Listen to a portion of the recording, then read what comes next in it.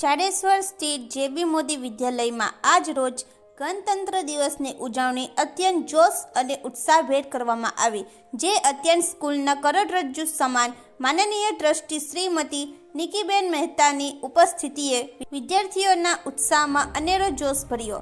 દેશભક્તિની ભાવના વ્યક્ત કરતા આ પ્રસંગની ઉજવણીમાં rotary club of Bharuch Narmada નગરીના incoming president Shri Mohnesh Patel, incoming secretary Shri Kevin Patel તથા રોટેરિયન શ્રી શૈલેષ શાહ પણ ઉપસ્થિત રહ્યા.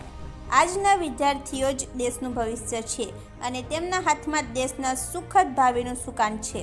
આથી જ જે.બી. મોદી વિદ્યાલયની એક પરંપરા રહી છે કે આ પર્વની ઉજવણીમાં ધ્વજવંદન સ્કૂલના ધોરણ 10ના વિદ્યાર્થી દ્વારા કરવામાં આવે છે.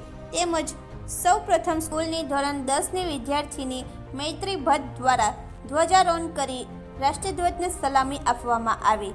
ત્યારબાદ રાષ્ટ્રીય ગીત તથા ઝંડા ગીતનું ગાન અને ત્યારબાદ વિદ્યાર્થીઓ દ્વારા સમૂહ કવાયત, ડમ્બેલ્સ, વોટ્સ, લેઝિમ વગેરે દાવ તાલબદ્ધ રીતે રજૂ કરવામાં આવ્યા. આ ઉપરાંત કરાથીના વિવિધ કૌશલ્ય રજૂ કરવામાં આવ્યા અને અંતે મધુર સંગીતના સથવારે રીતમિત યોગના રજૂઆત કરવામાં આવી.